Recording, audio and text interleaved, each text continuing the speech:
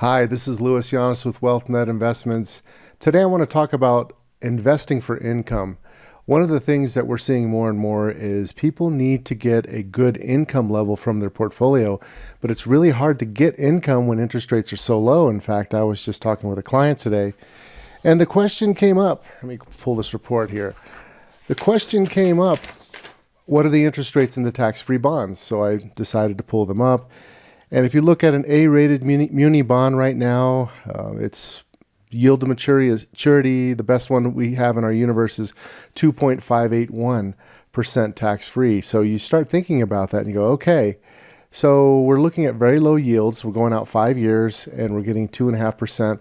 That's probably better than what you're getting after tax for many people with high income. But it's still, you're taking on interest rate risk when in a CD you're not. And so it's just very challenging for somebody to get income.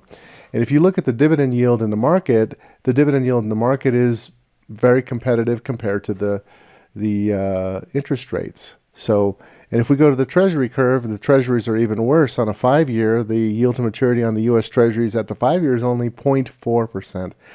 So if you're paying taxes, and if you're after inflation, you consider taxes and inflation, that 0.4%, your real net after tax return and after inflation is going to be negative.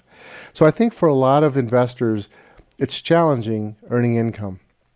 So one of the things that we look at is what's called a total return approach to investing, where we're saying, look, the best way to get income is going to be really from pulling money from a variety of sources of returns. For example, we have interest, we have dividends, we can use capital gains.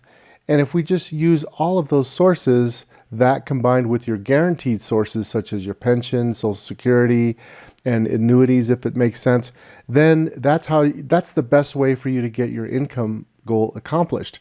So I wrote a paper back in 2008. It's called Investing for Sustainable Lifetime Income: Effects of Withdrawal Rates, Volatility, Inflation, and Taxation on Portfolio Results.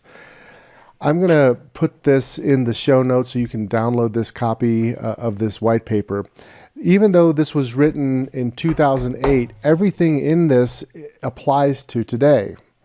And so I wanted to just kind of highlight some of the things the challenges that are out there and really ways to deal with creating income in a portfolio. And without doing a full financial plan, it's difficult to know what's the right solution for any particular individual. But these will touch this video should touch the highlights of what should be considered.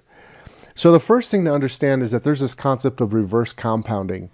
So you may have heard of dollar cost averaging. Dollar cost averaging, when you're accumulating money, basically says, I'm going to put in a certain dollar amount every month, and I'm going to just invest year in, year out, month in, month out. And on average, my average cost, if we have a rising market, will be less than be less than if I had done it otherwise. So basically, you're improving. You're buying more shares when the market's down, and you're buying less shares when the market's up. And over time, that can be very, very helpful. And reverse, dollar cost averaging in can be helpful for someone who's accumulating money. For somebody who starts pulling money out, you actually have the reverse effect. So when you start pulling out a monthly income stream, you wind up taking out more shares when the market is down and less shares when the market is up. So it actually can hurt you, because when the market does rebound, and let's say the market's down and you have volatility in the market, when that market rises up, since you've been pulling money out, more shares out when the market's down, your portfolio tends to not recover as much. So without getting into all the nitty-gritty of the math, if you have a volatility of 0, meaning you have a guaranteed rate of return, then you can spend exactly what your return is without any implications. But if there's any volatility at all, and you're taking out systematic withdrawals, month in, month out, or year in, year out, then you actually have to withdraw less of a percent of your portfolio than your return because of the math. So that's a real important thing to understand. So the other thing to look at is the effects of withdrawals. Now, if you're taken out money, let's say your average return is, 8%. Let's just say your average return is 8%. If you take out 5% of your portfolio every year, then your portfolio needs to make up that 5%. And then it also needs to make up for inflation. So let's say inflation's 2 or 3%. Let's just say it's 3%. So the withdrawal rate that you need or your rate of return that you need just to break even would be that 3% inflation rate plus the 5% withdrawal rate. So that's an 8% rate of return. So if you have an 8% rate of return, that should be okay after inflation. You would still have the same spending power. However, because of volatility, you actually need to have a lower withdrawal rate. So that's one of the things that throws people off sometime when they do the retirement plans, because they think I'm going to earn 10%. A lot of people say, hey, I'm going to earn 10%, so I'm going to take out 10% of my portfolio. Well, if you live 30 years in retirement or 25 years in retirement, the probability of you not running out of money is pretty low. So the other thing to think about is, we talked a little bit about the inflation rate, and you got to make up for inflation. You also need to make up for taxes. That's a huge, huge thing to make up for.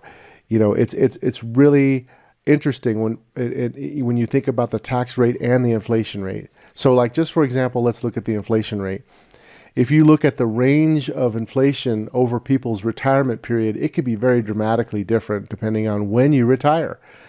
So the average person, let's say they have 25 years in retirement. If you calculate a rolling 25 years and you look at the percentiles, like what the ranges are, you could have inflation be 5.7% during somebody's retirement, or you could have it be 1.8%.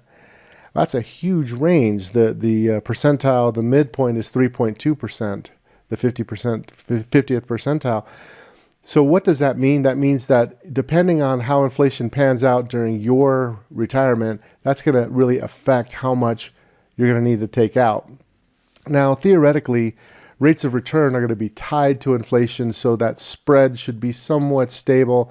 But in reality, if you look at an analysis of history, it doesn't really work out that way. Rising inflation doesn't necessarily mean rising rates of return. In fact, it could be the opposite. So it's important that you have good investment management strategies. And I'm going to talk a little bit about how to, some of the things that we look at and implement, I should say, to actually help people have more security in their retirement. So we talked a little bit about the impact of volatility. It's a huge, huge issue. Even if you have, if you decide that you're going to say, I don't want any volatility, and you have everything guaranteed, well, the probability of you outperforming inflation alone is less than 40%. Based on looking at the Barclays Aggregate Bond Index and looking at rates of inflation. So, you're not really going to beat inflation if you just take a super conservative approach, especially after tax. So, for many investors, it's prudent, especially for long-term goals, to have some stocks in there. Question is how much? And that has a lot to do with many different factors. But if you take and you just kind of simplify this down right now, if we come and we look at how somebody should be thinking about this, one of the prime things that I recommend is for many people is to have a buffer allocation. A buffer allocation is basically when an investor places a adequate amount of money in a contingency fund, if you will. It's an investment fund that's used to replace income during an unfavorable period of returns. So when returns are not favorable, then you would use this other fund, this buffer allocation. So the question is how much should you have? And if you look at statistical analysis and simulations over time, it should be somewhere between 1 to 3 years for many investors. So having that a buffer allocation can really help you do much better over time. The effects of tax on the withdrawal rates is also a big one. We were talking a little bit about taxes. The actual effective withdrawal rate that you could take out of your portfolio has to be smaller the higher your tax rate is, because your average dollar, especially if you're pulling out of retirement accounts where 100% of the money is taxed as income, you have to pull out more money just to get the same dollars that you could spend. So if we take a look at some of the companies that we own in this particular investment, APD. So APD, we've recently had a sell-off in the market, right? And some of these stocks are more attractively priced now. So it makes some sense. So here's a company here, Air Products and Chemicals. Not recommending this stock or anything. We happen to own it in the portfolio for clients. But the idea is you have this steady dividend stream. You see here every quarter the dividends come. It's a nice yield. And we were able to start picking it up at lower levels. And now it's starting to break into new highs. And that's the kind of thing I think for a lot of investors, a diversified portfolio of these types of companies makes a lot of sense. If you look at it as a whole, it's very interesting if you look at it as a whole. So what I've got here is a chart of the equity income portfolio that we have for clients. And that is this purple line. And I'm really looking just over the last 3 months because we hit a bottom and we started to rise. And I'm comparing that to just going out and buying an exchange traded fund. One of the most popular dividend paying exchange traded funds is ticker DVY, the iShares Select Dividend. So you can see that ETF is this orange line, and you could see that the rate of return coming off the bottom is really starting to be stronger in well-selected stocks, high-quality stocks, good balance sheets, et cetera, et cetera. Diversified across sectors, that a good part of an income portfolio could be invested in this fashion. That makes a lot of sense to us. And then having some fixed income as well, and having non-correlated assets. It's all part of the pie. So when you put together an income portfolio in today's environment, it's different than what a lot of people would think. I think a lot of people will say, well, I just want to only spend my dividends and my interest, and I don't want to touch the principal, so to speak.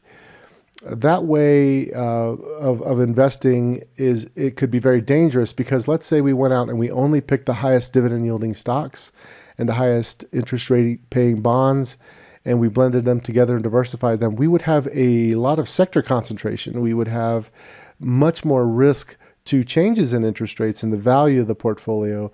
So that's not always advisable because we want to keep that volatility down. It's better to have a total return approach to investing. So anyway, a little bit of some thoughts about investing for sustainable income. So if you have any questions about this, just let us know. We'd be glad to answer any questions. Be sure to get this white paper, and you can read this white paper. Just download it, and we'll have a link for you there.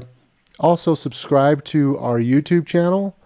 And you can also subscribe to our blog too. So, take a look at subscribing to our blog. And then anytime we have new information that we're talking about in the market or financial planning issues that are affecting investors, we deliver that to your inbox. So keep in touch with us. We're here. And if you have any questions, always give us a shout.